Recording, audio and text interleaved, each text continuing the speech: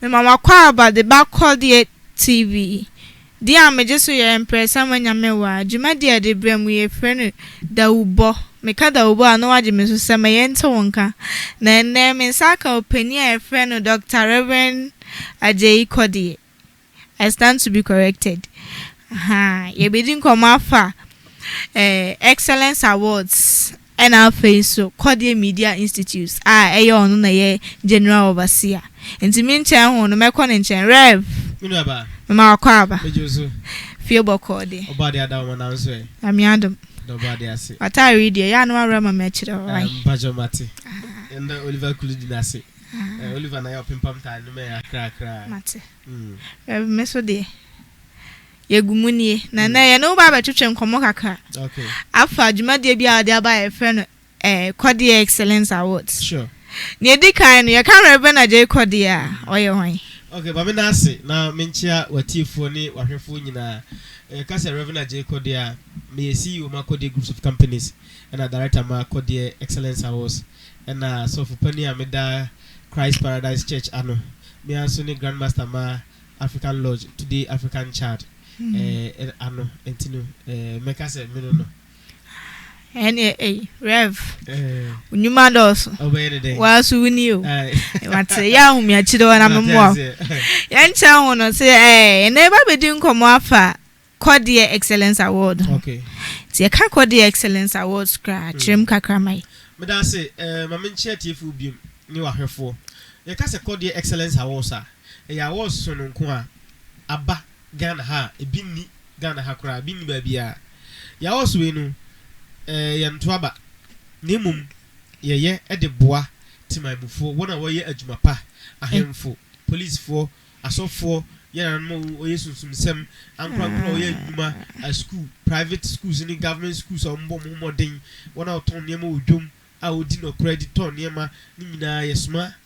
KODIE media school fo nkola no e mom ko hwehwem ehu ni papa mo kurom na ya from na ya bom aba so se o mo magi emfa nkosi o mo office o mo magi emfa nko mo fie na ye na so na ye mbom din se dokre o mo di djuma so no ko e de ama Ghana TECHIMAN ene wiase nyina rev me pese atem bi ya me na kaka pese me bisa na o ka se ye nto aba idie me na minim sanka awards de ye ma ye nominations ana meboa na bi mu ato aba kakra kira adwena fa se de be ye free and fair potoka sam ye beka free and fair mu beda ho fine na o de ye o ka se ye nto aba idie chirem kakra se ye ka se ye to aba obi o ho a o ye adwumapa but ye ntini nka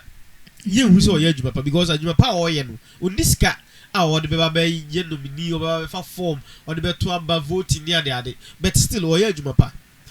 but ye de we no wo de wo te ho a jai wa tina ho ye adwumapa yanka se ye behwe wo kira kwan na ya bebo aba so ene de to aba enti ya bato no eye adwumapa pa wo ye ne mo papa wo de na di ene to aba no e de ma very simple hey Reverend Doctor na fofo e be kire mu ho na me say KODIE Excellence Awards qualifications niama be na mo hwa ma sa udi kan ka se mo suma nipa mo mo kohwehwem na mo kohwa me pese mbisa se niama be na ya mo hwa mo de edi ye obi se we de wanya best this best that categories ni edoso na category bia no ewo babia ye fa free TECHIMAN ha ye fa police commander ba ko and say crime officer Reverend Abayate eno ye mankora nya botre e monitor no un say journalist for the munim say da ye madwuma de da ye monitor na tutu na namo ehwe adwuma kwa obo ye na hanso ahene na na pentimfo suji abo ono nso ye tutu ye namo di nachi ehwe adwuma pa oye e TECHIMAN ene Ghana ne bonum potamu ha ye nyampanimfo bebre ye wo precious sofo Apostle Stephen Asare ono nso ye mamamfo di nachi ehwe tete na aja enantinante ya ne nsori mma ne wona wajeja nso na tie wo hu nsem wabra wonya we ye kotie bi mu hu nsem na okurani na o mana woda enye yi nti ye jaye but wona no wo se fata ne de ye ma wo awards e de bom abaso the qualification no eye wankasa wa brabo ene ade papa wo ye no eno na ma qualification ma yetimi edima but say e bia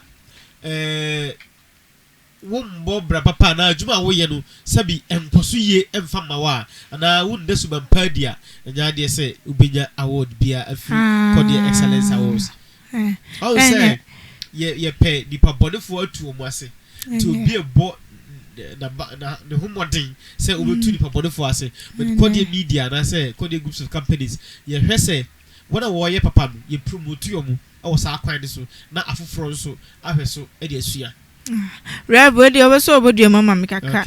na mekai mo say ha ye KODIE TV ohwe ye kira kwan a ye wo obomani school mu ho ape and our face some of the social media handles your TikTok KODIE TV GH, Facebook KODIE TV GH, and our face so YouTube yeah KODIE TV GH into Febia no wa share no wa comment no wa like say dey be ya wait me promote Rev me say about so be okay Rev na me say we share excellence awards see I say okay I didn't feel say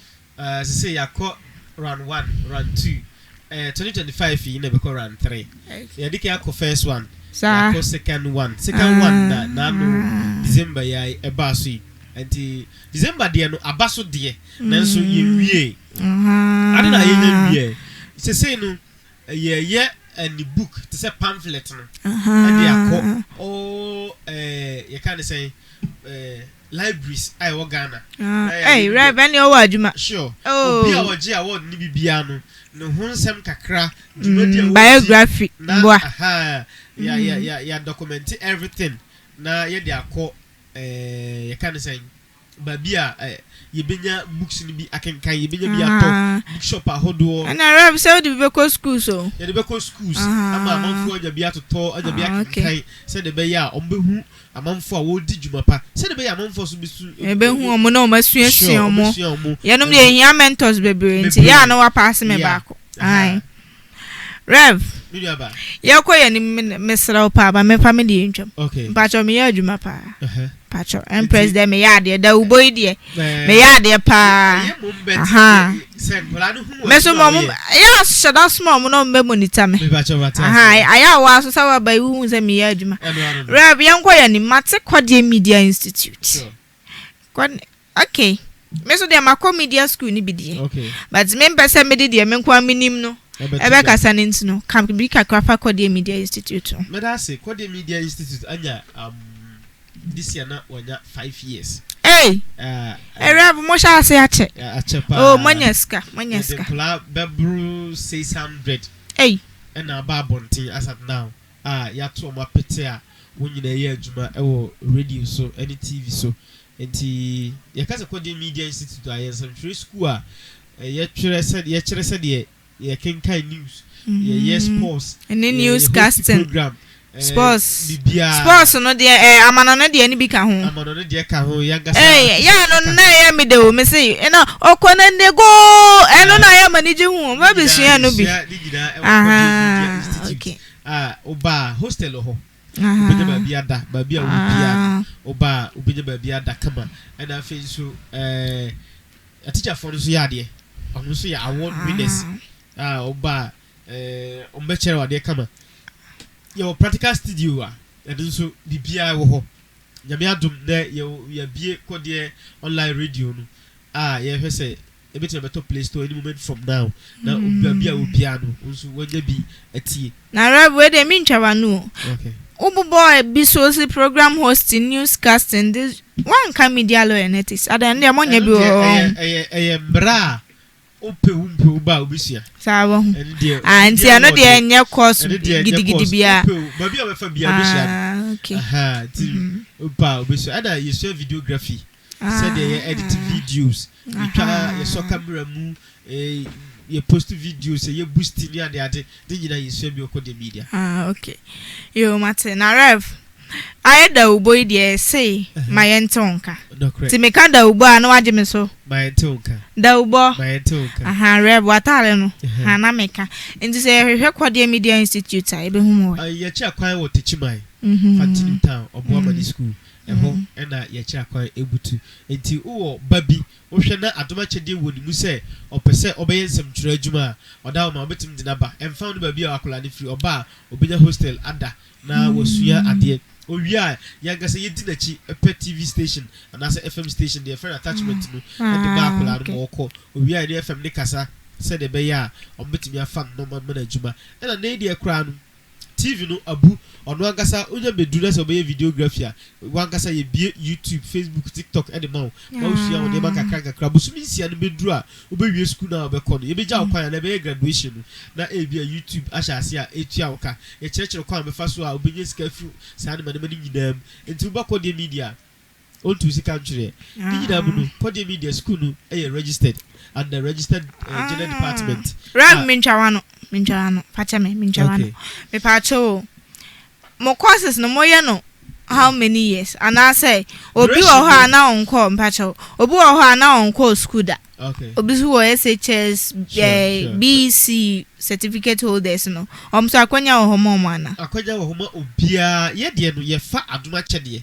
ye fa paper it is wo school unko school na wo adoma kyede nko ade a ye to zafro I say be asabi when we university ntinu na wa betena ha wa hwe hunya adwuma anye but who this atuma chede wo mu aye sports ubetumi akinkan news ubetumi aye sports ubetumi host program there and ye to after ubetumi aba Rev na me say and that the Rev in the pekasa o me say na me say obi wo ho a on no nigidie sa enti no pese ono a ofre wa 1-on-1 into the yam fancy there by the can for number no tum say opese wo frɛ na yedi nkoma number ubetimi afrɛ 0554 20 53 35 0554 20 53 35 the number yedi juma apa awia adwumre frɛ a onsabekai na media no make say Dawubo my ento nka na muso de yeden come with a dream and live with the career so KODIE Media Institute come with a dream and live with your career Rev ya beda was me da se pass o to za frame oh yes ya da was se waje yeso ofelse na ububo nyuma bebre nso aja wanyamra ma yede aja Dawubo for the hard dream because ya be se obi atem nka sure enyuma no bi oho besisi ai de metumi aka ho asem ye KODIE media na afi KODIE heba clinic and so betumi say bia obi yare a obetumi aba na afi ya hwe se de mpom so etie na ram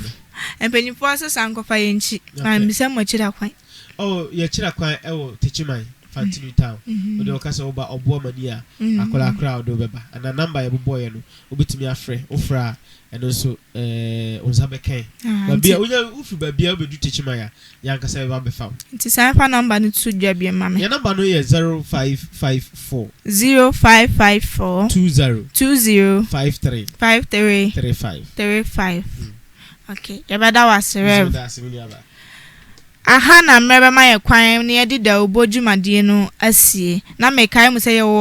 all social media handles ye YouTube, TikTok and Facebook ni nyina ye KODIE TV GH Medini Empress amanyamewa Dawubo mayente wonka makram